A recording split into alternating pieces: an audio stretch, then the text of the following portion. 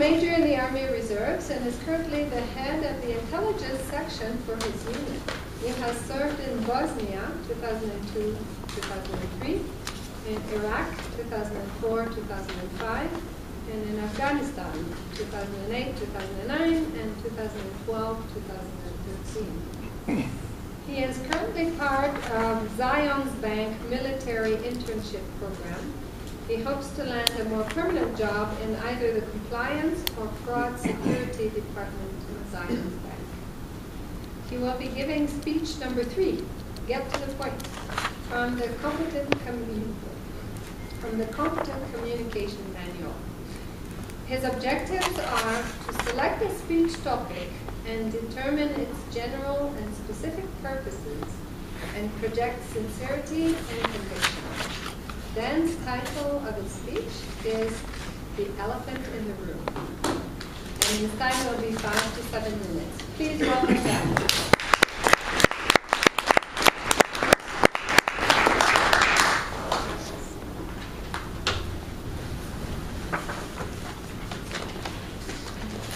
Morning, Madam Toastmaster, Toastmasters and fellow guests. I want to talk about the elephant in the room. The elephant in the room, it's something that we see, and sometimes we want to ignore it and pretend that it'll go away. But if we're not careful, the elephant in the room will become enraged and will cause untold damage and destruction. Imagine an elephant in this room causing damage and destruction. I like to think I'm pretty strong, but even I can't stop a rampaging elephant. Today, I want to open up about my elephant in the room, and my purpose in doing that is to help me deal with my elephant in the room, but also I know that each person in this room has their own individual elephants in the room, and I'm hoping to give you guys some thoughts and ideas on how you can deal with your elephants in the room.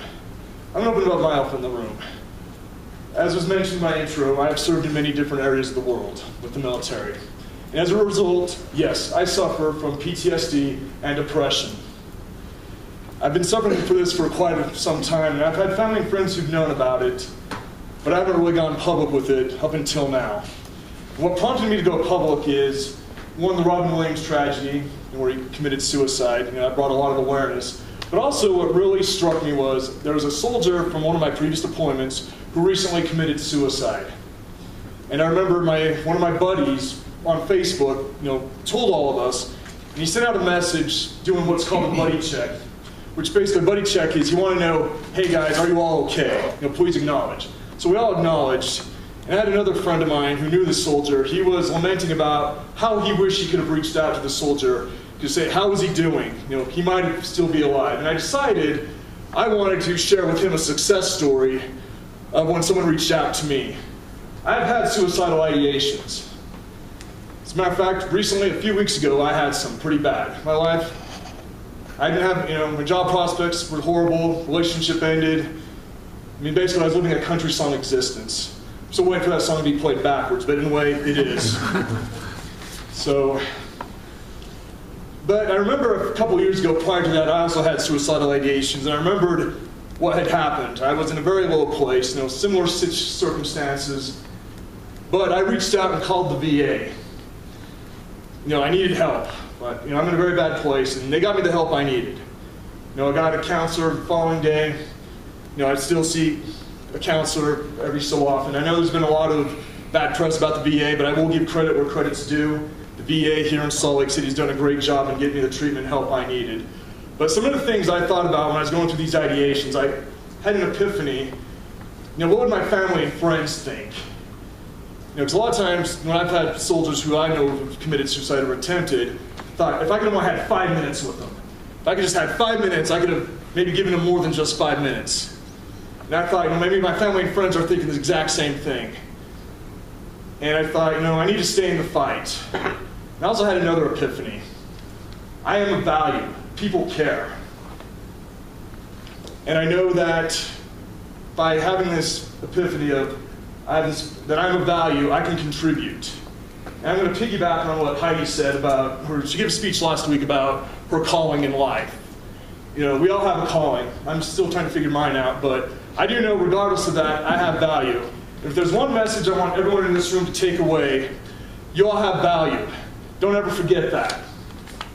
I'm blessed to know a lot of people here in Toastmasters. I love coming here Tuesday morning. It's one of my highlights of my week. And all of you in some way have blessed me. And for those who just are guests, I know somehow, some way you will bless me as well. So that's one of the things I want you guys to take away. If there's one thing about this speech, remember you are a value, that you are a blessing. And that's what's helped me get through the process of dealing with my PTSD. I wake up every morning and tell myself that I have value.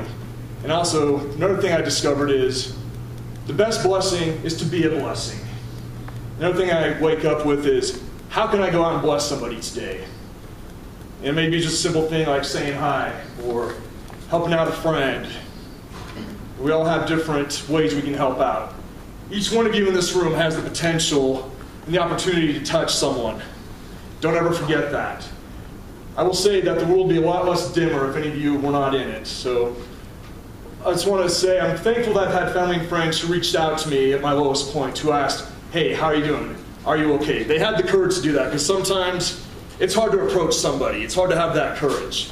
And sometimes, especially on the military side, there are 22 veterans on average who commit suicide a day, which is 22 too many. And a lot of times it's because, well, we're tough, we can get through it, we don't need help. That's wrong. That attitude has to change.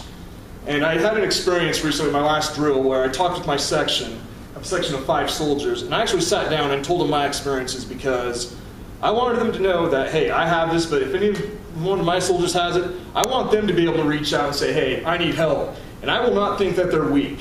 As a matter of fact, it took a lot of courage for anyone to come up.